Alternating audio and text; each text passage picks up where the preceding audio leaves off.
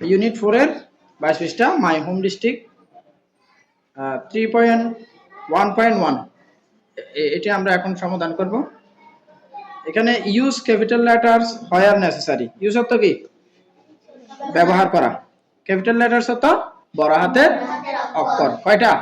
26টা অক্ষর আছে, তাই না?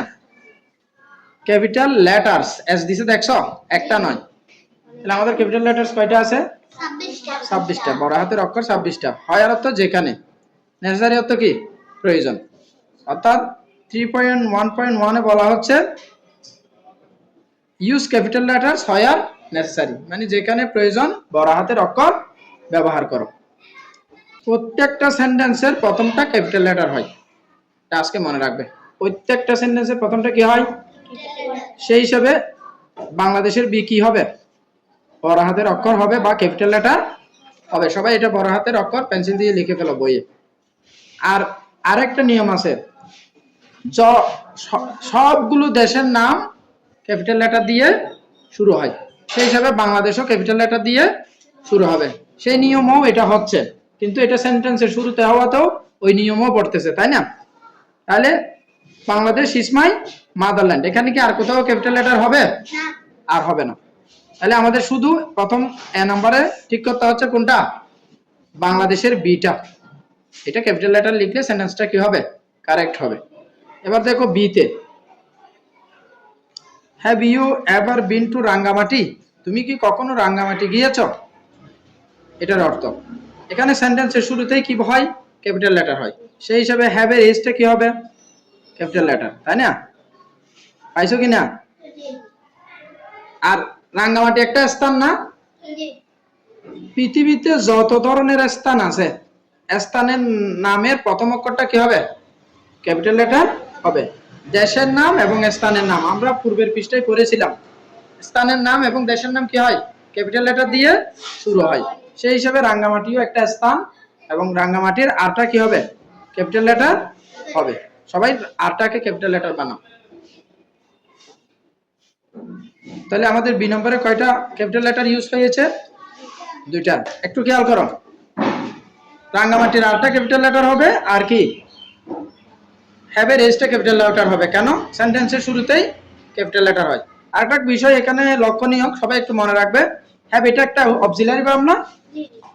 অক্সিলারি ভার্ব যদি কোনো সেন্টেন্সের শুরুতে থাকে, এটা একটা কোয়েশ্চেন হয় বা প্রশ্ন হয় আর কি, ইয়েস নো কোয়েশ্চেন এটা। যেমন have you ever been to Rangamati? তুমি কি কখনো রাঙ্গামাটি গিয়েছো? আনসারটা কিরকম হবে? গেলে হবে ইয়েস, না গেলে হবে নো। তাই এটা একটা ইয়েস নো কোয়েশ্চেন। সবাইকে একটু মনে রাখতে হবে, অক্সিলারি ভার্ব যদি কোনো সেন্টেন্সের শুরুতে থাকে, এগুলো ইয়েস নো কোয়েশ্চেন। মনে থাকবে, এগুলোর শেষে কি হয়? কোয়েশ্চেন মার্ক হয়, ফুল স্টপ হয় না। কোয়েশ্চেনের শেষে কোয়েশ্চেন মার্ক না? ঠিক আছে, এটা মনে রাখবে সবাই। নাম্বার সি তে দেখো সবাই, our class starts on Sunday. আমাদের শ্রেণী রবিবারেই শুরু হয়। সানডে মানে কি? রবিবার। তাহলে সেন্টেন্সের শুরুতেই ক্যাপিটাল লেটার, সেই হিসাবে ওটা কি হবে? ক্যাপিটাল লেটার করতে হবে, একটু বড় করে দিবে আর কি, কেমন?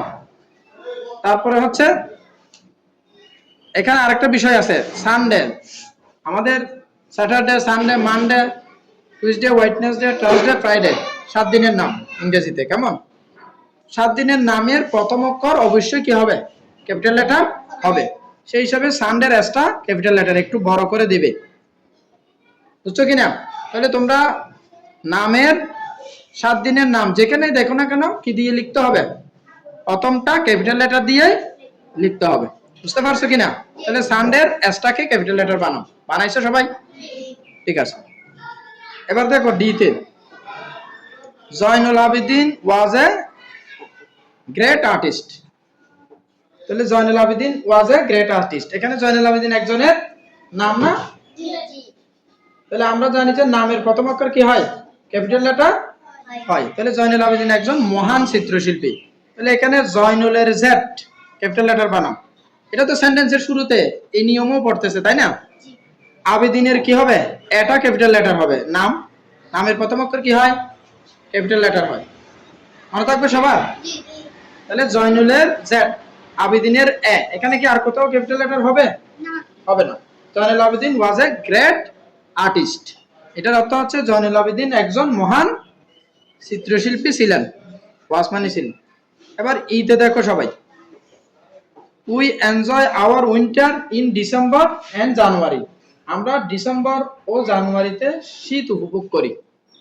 কখন বেশি শীত পড়ে বলো তো?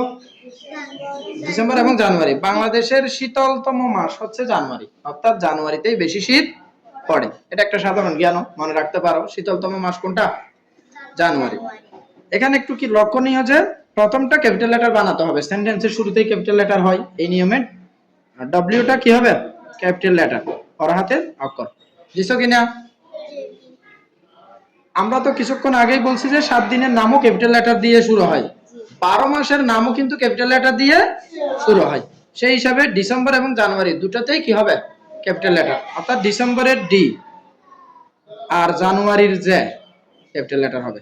কি নিয়মে পড়ছে বলো তো? 12 মাসের নাম ক্যাপিটাল লেটার দিয়ে শুরু হয়, মনে থাকবে তো?